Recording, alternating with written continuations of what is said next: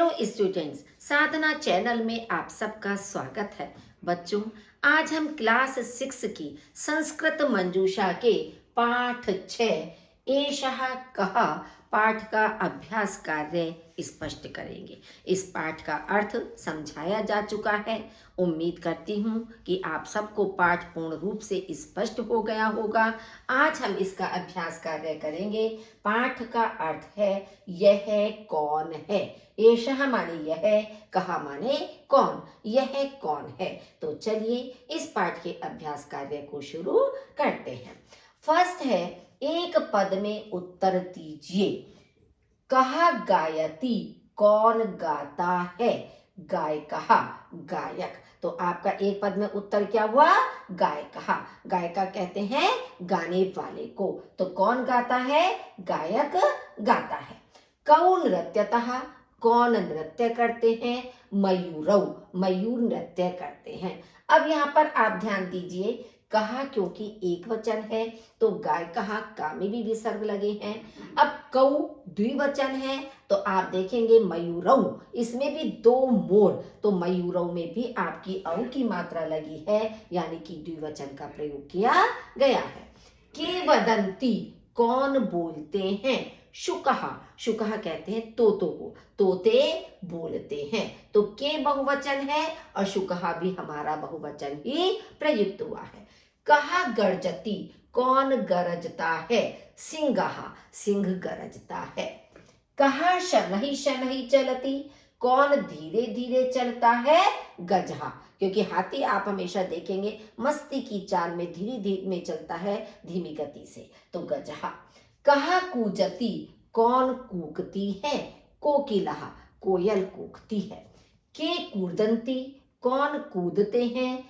वानरः, बंदर कूदते हैं, क्योंकि उछल कूद करते हैं बंदर एक डाल से दूसरी डाल पे, तो वानरः कूदंती। कौ भारम वहता, कौन बोझा ढोते हैं। उष्ट्रौ, उष्ट्रौ माने ऊंट। अब कौ द्विवचन है तो उष्ट्रौ में भी हमने द्विवचन का प्रयोग किया है, यानी कि दो ऊंट बोझा ढोते हैं। अब है, पाठ के आधार पर उचित विकल्प द्वारा प्रश्नों के उत्तर दीजिए। उदाहरण है, वानरः किम कुर्वन्ति, बंदर क्या कर रहे हैं। वानरः कूर्दन्ति, बंदर कूद रहे हैं। कूजंती का मतलब होता है कूकना, तो ये तो कोयल कूकती है, तो बंदर तो उछल कूद करते हैं, इसलिए हमारा सही विकल्प होगा कूर्दन्ति। के शनैः शनैः चलन्ति, कौन धीरे धीरे चलते हैं। वानर या गज, तो बंदर थोड़ी धीरे धीरे चलते हैं, बंदर तो उछल कूद करते हैं। गजः, हाथी, हाथी धीरे धीरे चलते हैं।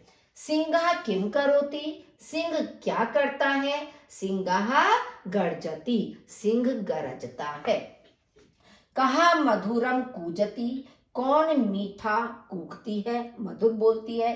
पिकः मधुरम कूजति, कोयल मधुर कूकती है या बोलती है। के नृत्यन्ति, कौन नृत्य करते हैं। नर्तकः, नर्तकः नृत्यन्ति या नर्तक नृत्य करते हैं। कौ वदतः, कौन दोनों बोलते हैं।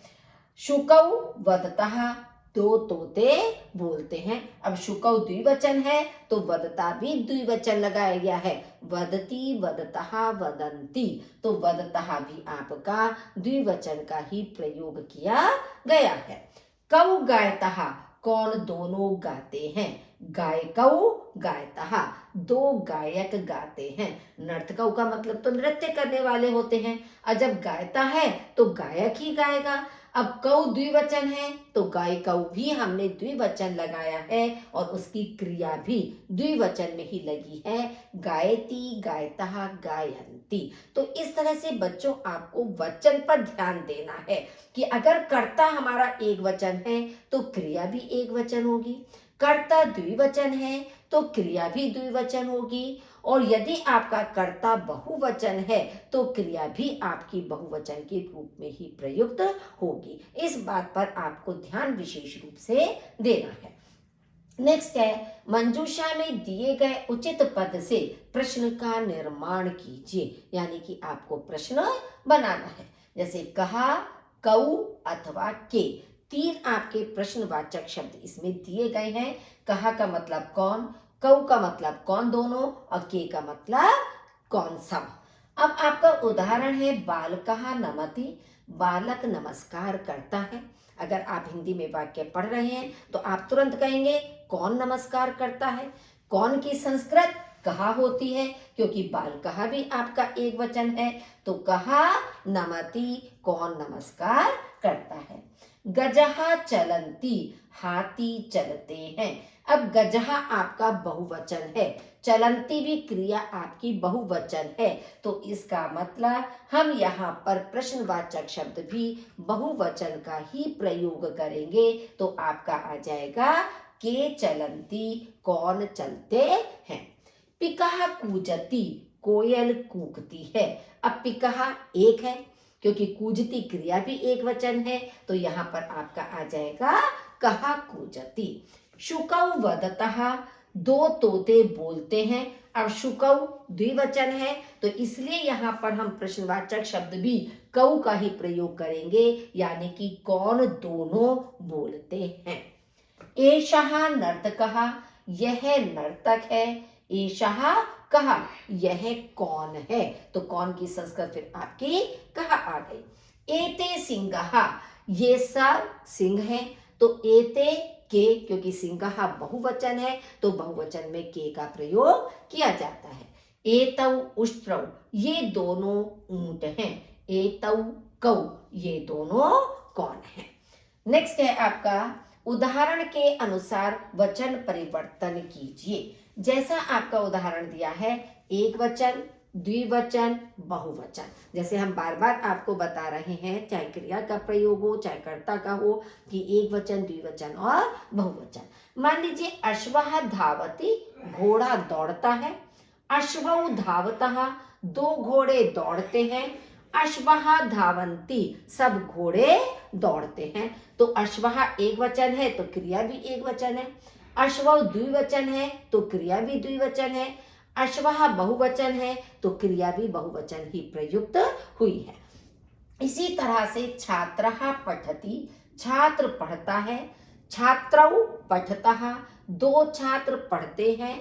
छात्राः पठन्ति, सब छात्र पढ़ते हैं।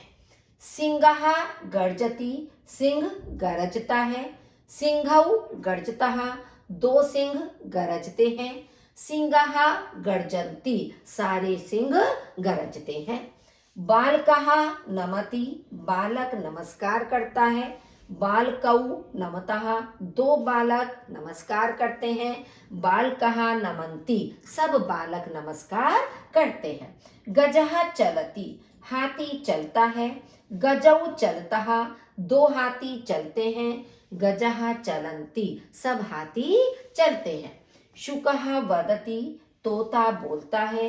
शुकौ वदतः, दो तोते बोलते हैं। शुकः वदन्ति, सब तोते बोलते हैं। अब आपने देखा एक जैसे रूप चले हैं, मतलब यहाँ पर देखिए सबके साथ विसर्ग है एक वचन में, सबके साथ क्रिया एक जैसी, पठती, गर्जती, नमती, चलती, वदती। इसी तरह से आपका द्विवचन में है और वैसे ही बहुवचन में है। तो ये आपको एक एग्जाम्पल को ध्यान में रखना है। उसके बाद कोई भी आपका परिवर्तन करने के लिए आता है तो आप स्वयं कर सकें। मान लीजिए एग्जाम में आपका एक तरफ आ गया केवल, और फिर आपसे पूछा गया इसका द्विवचन और बहुवचन में रूप लिखिए, तो द्विवचन और बहुवचन में आपको परिवर्तन करके अपने आप लिखना है। तो इन बातों को आपको ध्यान में रखना है।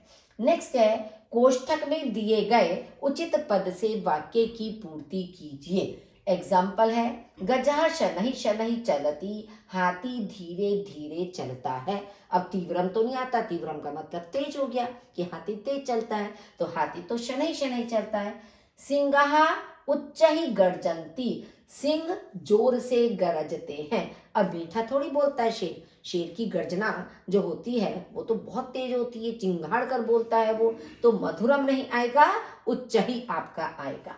अश्वौ तीव्रम धावतः, दो घोड़े तेजी से दौड़ते हैं, तो आपका हो जाएगा तीव्रम। मधुरम का तो कोई मतलब ही नहीं उठता है कि मधुर दौड़ते हैं या मधुर करते हैं।